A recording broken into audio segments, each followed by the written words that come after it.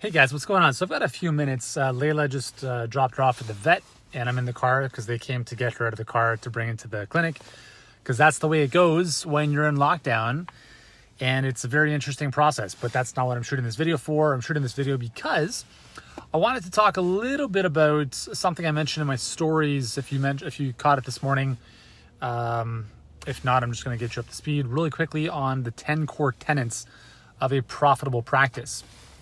And these 10 core tenets are on our website over at healthpreneurgroup.com if you want to read them. These are 10 principles I think are very important to building a very successful practice, but also like any business, to be very honest with you. And I've just noticed these principles kind of commonly found in the most successful clients that we've worked with. So I want to share, what I'm going to do is every day, I'm going to just share one of them with you, if that's okay. And then you can catch the previous ones if you missed any of them. They'll all be here on IGTV, I guess it is. So anyways, the first one is you have to take full responsibility for your success, for your results, for everything that happens in your life. You need to take 100% responsibility. I think when I boil everything down, like the one thing I really believe to be true more than anything is this notion of like radical accountability. Jocko Willink talks about extreme ownership. Well, the book named Extreme Ownership. He was a former Navy SEAL team leader, now very, very well-known kind of no BS type of thought leader. And like, I bring this up because I think we live in a world where there's a lot of adults walking around, there's a lot of little children walking around in adult bodies. Let's put it that way. And I've worked very closely with thousands of people, thousands of clients over the years. And like, I want all of them to win. But the reality is that sometimes I've wanted them to win and succeed more than they've wanted that. That becomes an issue, right? And I think the same thing happens with your clients. Is like, you're responsible to them, not responsible for them. Like, they have to show up and they have to do the work. They have to take responsibility for their own health improvements. Classic example, and I think this is where the traditional healthcare model, like even allied health, like physical therapists, chiropractors, and I'm by no means am I downplaying what you guys do if you are one of those, because I think it's incredible. But I'll just use the example I often use is if I've got a bummed shoulder because I played a lot of tennis, I go to see my physical therapist and I see him, let's say, once a week. He treats it, he does some stuff on it, he shows me a couple exercises, and then it's like, great, awesome, we'll see you whenever we see you. And I'm like, that doesn't really help me, right? And it's not helping me because, number one, he's not really giving me some kind of structured plan to follow. But second is it's very easy for me to say that physical therapist didn't help me get the results. And the reason for that is because the onus hasn't been put on me to fix my own issue. So our clients and our patients a lot of times are relying on us as the quote unquote healer to take care of them. And that's not how it works. I mean, it kind of does, but I think as a practitioner, it's our job to empower people to really learn how to fish, to take responsibility for their own healing journey.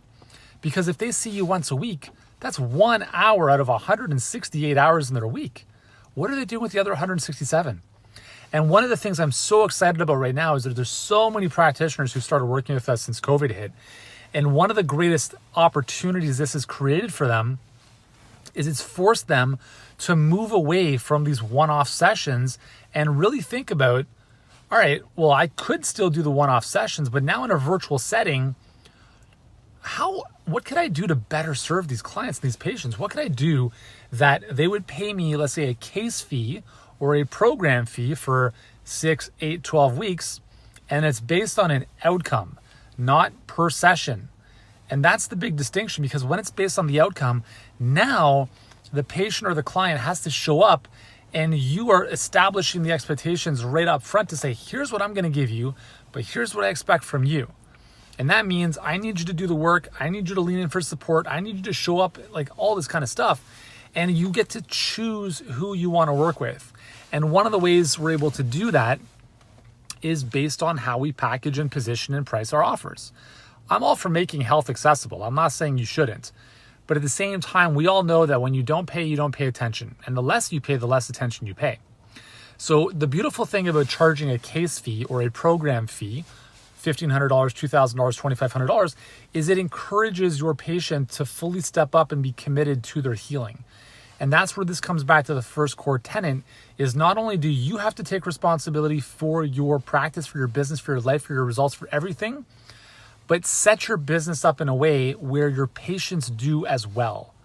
You don't want to create dependency, right? I think all of us are in this game to, like, as much as we want to retain patients, as much as we want to keep them coming back, at our core, we also don't want them to become dependent on us because we haven't taught them anything. We haven't empowered them.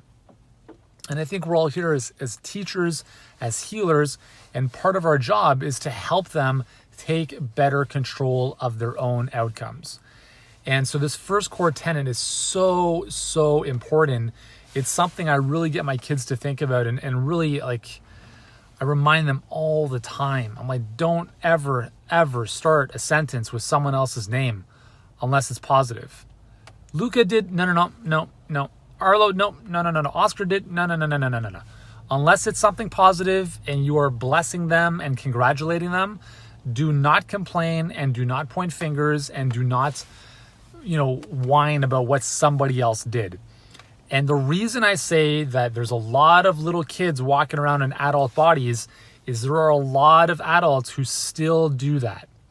Do not be one of those people. Do not blame other people for your lack of results. Do not blame other people if you didn't get what you wanted.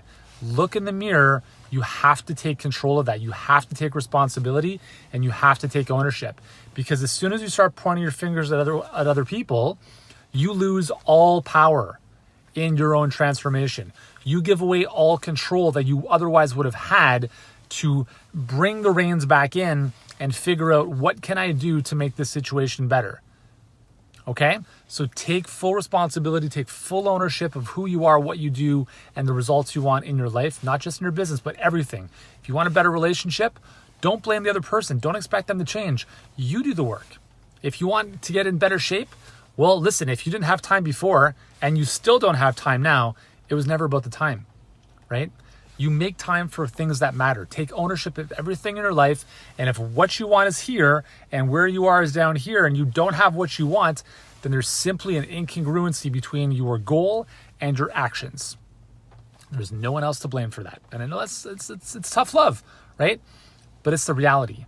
It's the reality is that if you want better results, you start by taking full responsibility for everything in your life. And that's the first core tenet of a profitable practice. I'll share the second one with you tomorrow.